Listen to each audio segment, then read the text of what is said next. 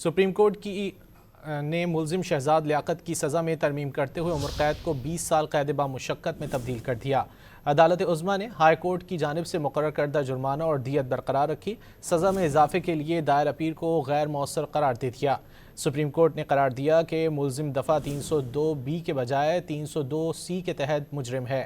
Lahore high court نے trial court کی جانب سے دی گئی سزائے موت کو عمر قید میں تبدیل کیا تھا۔ سماعت جسٹس ہاشم خان کاکڑ، جسٹس صلاح الدین پنوہر اور جسٹس اشتیاق ابراہیم پر مشتمل بینچ نے کی۔ 7 صفحات پر مشتمل تفصیلی فیصلہ جسٹس اشتیاق ابراہیم نے تحریر کیا۔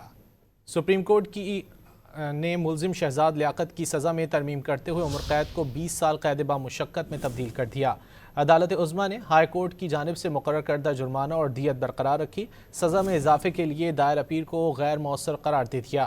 سپریم کورٹ نے قرار دیا کہ ملزم دفعہ 302(b) کے بجائے 302(c) کے تحت مجرم ہے۔ لاہور ہائی کورٹ نے ٹرائل کورٹ کی جانب سے دی گئی سزائے موت کو عمر قید میں تبدیل کیا تھا۔ سماعت جسٹس ہاشم خان کاکڑ، جسٹس صلاح الدین پنوہر اور جسٹس اشتیاق ابراہیم پر مشتمل بینچ نے کی۔